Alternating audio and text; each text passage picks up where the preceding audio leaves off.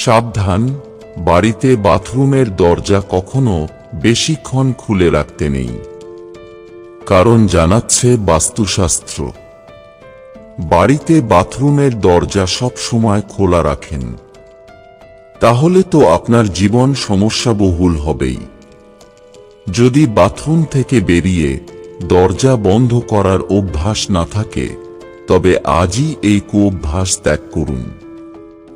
1. বাড়িতে পুজো পাঠ যে কোনো আচার অনুষ্ঠান ঠিকঠাকভাবে করা সত্ত্বেও কোনো শুভ ফল পাচ্ছেন না, এর জন্য দায়ী আপনার বাথরুমের দরজা খুলে রাখার কুঅভ্যাস। আপনি সারা দিন যত পুণ্য অর্জন করছেন, তা বাথরুম থেকে বেরোনো নেগেটিভ ভাইব্রেশন ধ্বংস করে দিচ্ছে, তাই শুভ ফল পাওয়া যাচ্ছে না। 2. বাথরুমের দরজা খোলা থাকলে বাথরুমের ভেতরের নেগেটিভ এনার্জি ঘরের পজিটিভ এনার্জিকে নষ্ট করে দেয়। এর ফলে বাড়ির বাসিন্দাদের অশুভ প্রভাব পড়তে থাকে। 3. স্বামী স্ত্রীর মধ্যে দাম্পত্য কলহ অতিরিক্ত পরিমাণে হওয়ার কারণ কোনো না কোনোভাবে এই বাথরুমের দরজা খুলে রাখাকে কেন্দ্র করে হতে পারে। 4.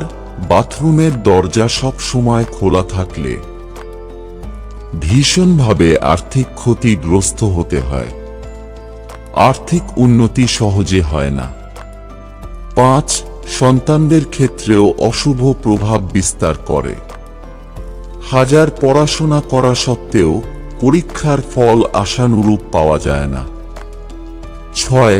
বাথরুম থেকে বেরোনো নেগেটিভ ভাইব্রেশন বাড়ির সদস্যদের অন্যদের কাছে নত করে রাখে এবং বারবার অপমানিত হতে হয়।